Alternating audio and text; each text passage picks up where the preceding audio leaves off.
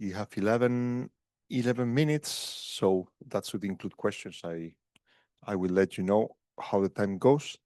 And I see it's already working also online. So please, Stein, go ahead.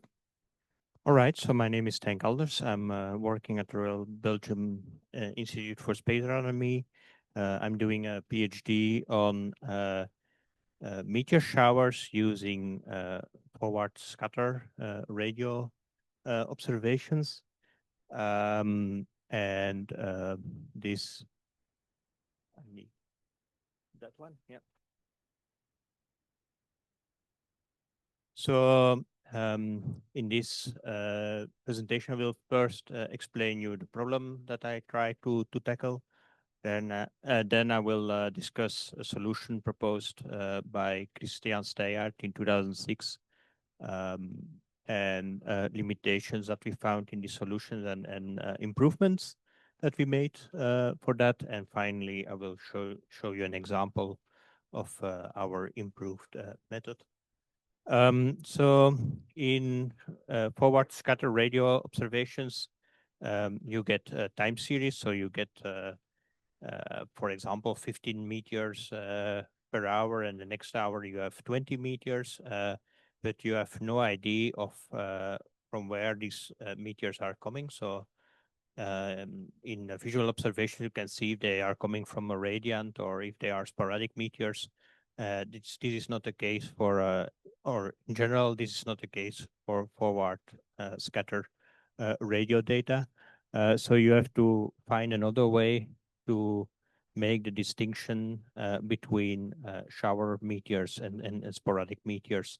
Um, and this is a problem that Christian proposed a solution for. So he said that the number of observed meteors is the sum of the number of observed sporadic meteors and the number of observed shower meteors, which I think is logical.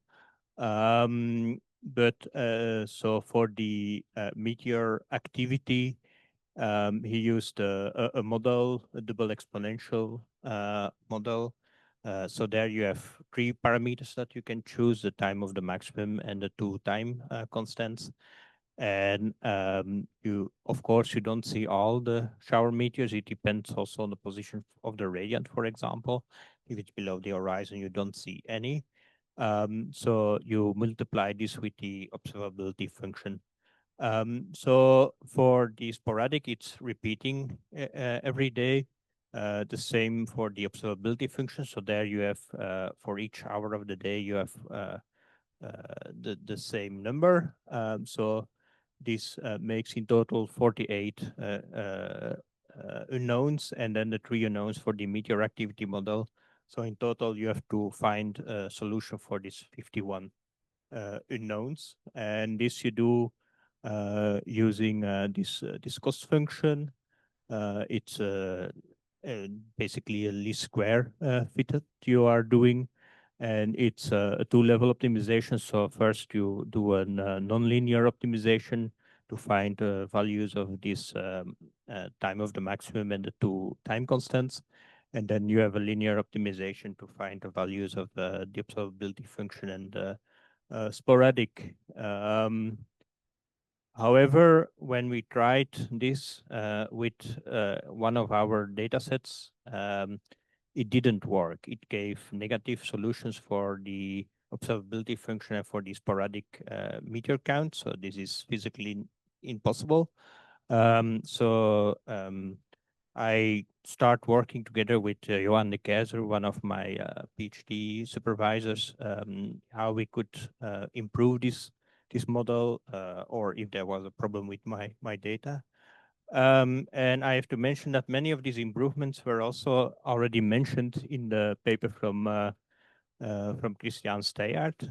So we actually implemented those, and I will go through them one by one. So first, the number of meters that you observe each hour, it's a Poisson distribution.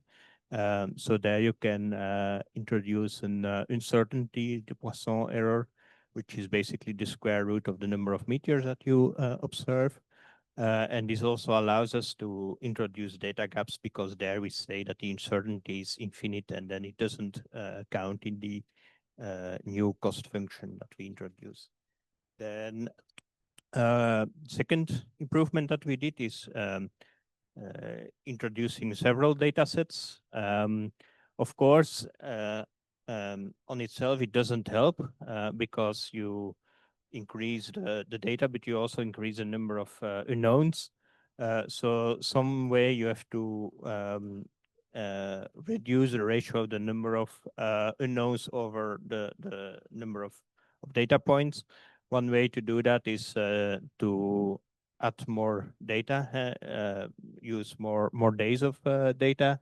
Another way is by making assumptions that reduce the number of unknowns. And we tested several ones that we discuss in the paper that we have submitted. But I will show you at the end one example where we assume that the stream parameters are the same for two data sets which are about the same meteor shower. Then we also put now error margins on the output parameters. So we use a Monte Carlo simulation. So we take the input data and we assume this to be a Poisson distribution.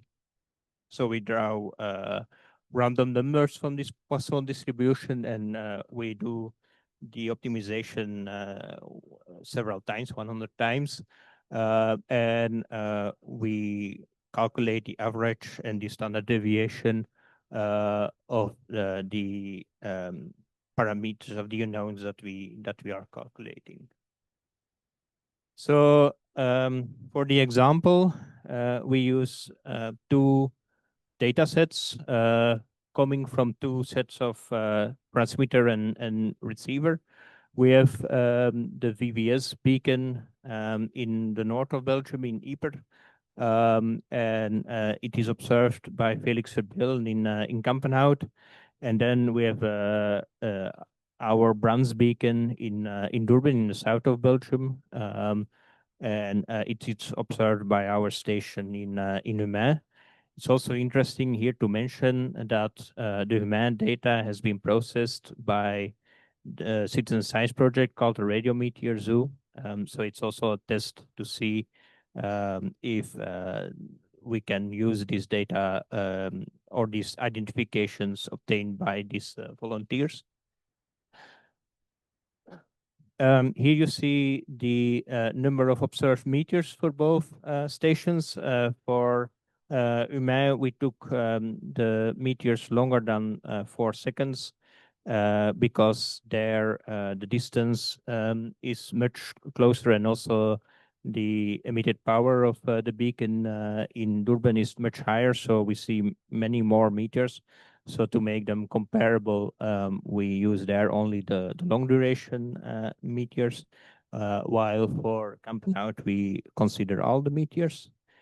So this is only Humain, and this is the fit that, or the shower meteors, the fit for the shower meteors that we found for Humain. This is the number of meteors you would of shower meteors you would observe if the observability function would be 1. So in ideal circumstances, which is not the case. So you have to multiply this by the observability function, then you get this calculated number of observed meteors. This is the calculated number of sporadic meteors, and if you make the sum of these two, this is the what the model says that you should have observed. And if we compare this with our fit, you see that it's very close. At the bottom, you see the residuals. So those are relatively small to the number of meteors that we observed.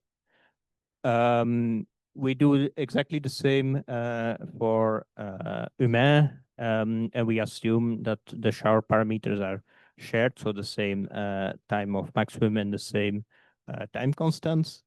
And if you look at the sporadics, those look like they should look like. So a maximum in the morning and a minimum in the afternoon, and more or less a sinus. The same for the observability function. There, those for humain and for Campanout are quite similar.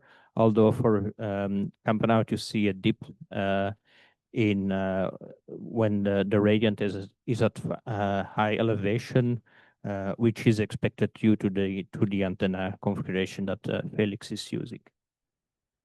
So conclusion, we can derive the shower activity from time series. And we did a few improvements on the method that Christian Steyert has proposed. There are, of course, challenges that we overfit the data, but we try also to prove in our paper that we found a solution for that. And we also proved at the same time that the volunteer data from the radio Meteor Zoo is usable for this shower modeling. Thank you very much.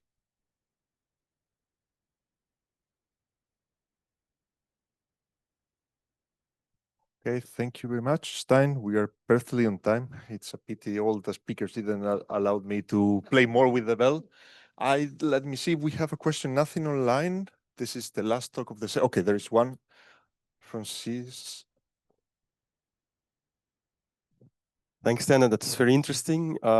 I just have an idea, suggestion. So if you continue doing this, I think the observability function for a given shower should be the same from year to year expressed in solar longitude. So if you consider multi-year data, then yeah, that would help. Or perhaps I missed that when I just went out to fix a thing. We are considering that, but for that we have to update our code to use solar longitude internally. Yeah. So for the moment we are using the date and time, so we have to update our code for that. But that's indeed in the pipeline. Nice work, thanks.